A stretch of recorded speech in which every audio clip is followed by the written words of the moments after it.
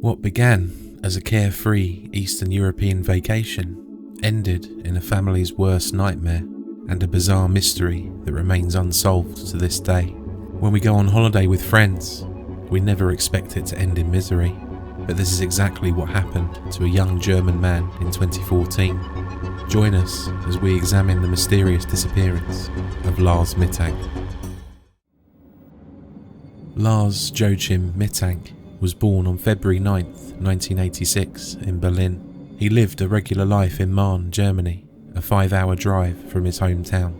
He supported his local football team, Werder Bremen, had a perfect relationship with his parents, and also had a long-term girlfriend. Mittank also had a successful career at Wilhelmshaven, which is Germany's only deep water port and its largest naval base. Since 2011, it has also become the largest military base in Germany as well. Mittank also had a tight-knit small group of friends, and they made the decision to travel abroad together for a week away, something they were all looking forward to and started making plans for. In June 2014, he and his 4 friends travelled to Varna, Bulgaria for a week-long vacation. Bulgaria is known as a fairly cheap location for European holidays, including cheap beer.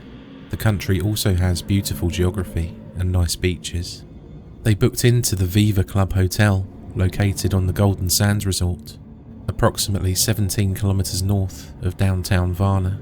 Golden Sands is said to be the Bulgarian equivalent of Ibiza. It's increasingly popular among European tourists who are drawn to the area by the sun, sand, and cheap alcohol. Over the course of 5 days, they spent their days swimming in the pool, sunbathing on the beach, clubbing and playing football. It was the height of the summer season, and the World Cup semi-finals were playing in every bar. Germany was still in a tournament at this point, and would go on to famously beat Brazil 7-1 in the semi-final match. As a Werder Bremen fan, he was very passionate about football and his club. The first 5 days of the vacation were said to be largely uneventful, with one friend, Paul Roman, stating, "The week went by really fast. We relaxed on the beach, swam in the pool, played football, went clubbing. He was in a good mood." Another friend, Tim Schult, said that Mittank did not eat much and that he would only have a small bowl of soup or a small salad at the time. His friends reported no additional abnormal behaviour until the final part of the trip. On July 6th, 2014, the day before they were supposed to return home, Mittank and his friends were at a bar in town, and he got into a disagreement with some other German nationals over football. While Mittank was a Werder Bremen supporter, there were 4 other tourists in the bar who supported the more popular Bayern Munich, the biggest club in Germany. After several hours of drinking, Mittank's friends went for a bite to eat at a local restaurant. He then informed them that he wasn't hungry and was going to return to the hotel alone. However, when his friends returned to the hotel later that night, Mittank wasn't there and wouldn't show up until early the following morning. The next morning, Mittank turned up at the hotel resort. He told his friends he was beaten up by 4 men hired by the group in the bar, whom he disagreed with the night before. Upon getting checked by a doctor, he was found to have an injured jaw and a ruptured eardrum. He was informed by the doctor that he was in no condition to fly home like arranged later that day because the air pressure changes could have caused more damage to his ear. The doctor also prescribed Mittank the antibiotic cefprozil and advised him to go to hospital, which he refused.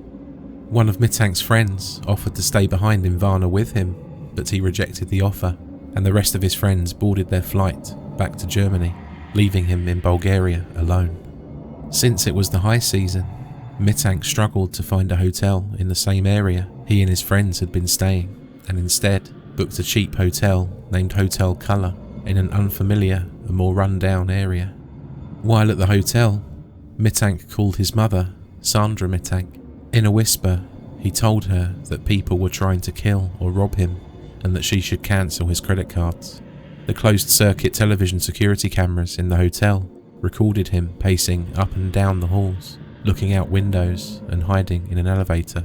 At 1 a.m, he left the hotel before returning about an hour later. It's not known what he did in the intervening period. In the morning, he once again called his mother, telling her that the people pursuing him getting closer. He had become so paranoid that he decided he would try and fly home. Sandra had booked him a flight for that afternoon and also purchased him a bus ticket in case he was unable to fly. She also sent him €500, which he never withdrew. He caught a taxi to Varna Airport, where he was captured on surveillance footage. Entering the airport, he was carrying a backpack and a travel bag. From here, he went to the doctor's office in the airport to find out if he was able to fly. Dr. Kosta Kostov later said that Mittank was acting really nervous and erratic. Mittank shared his fears with Dr. Kostov about the antibiotics that he had been prescribed, which he had mentioned to his mother in earlier phone calls. His ear was examined by the doctor, and he was informed it would be safe to travel that afternoon. However, a construction worker then entered the doctor's office, and Mittank became overwhelmingly terrified. He mumbled, "I don't want to die here. I have to get out of here," before jumping out of his seat and fleeing from the doctor's office. He was captured on surveillance footage again, running through the airport and out the front door in a frantic state. He wasn't carrying his backpack or his travel bag, which contained his mobile phone.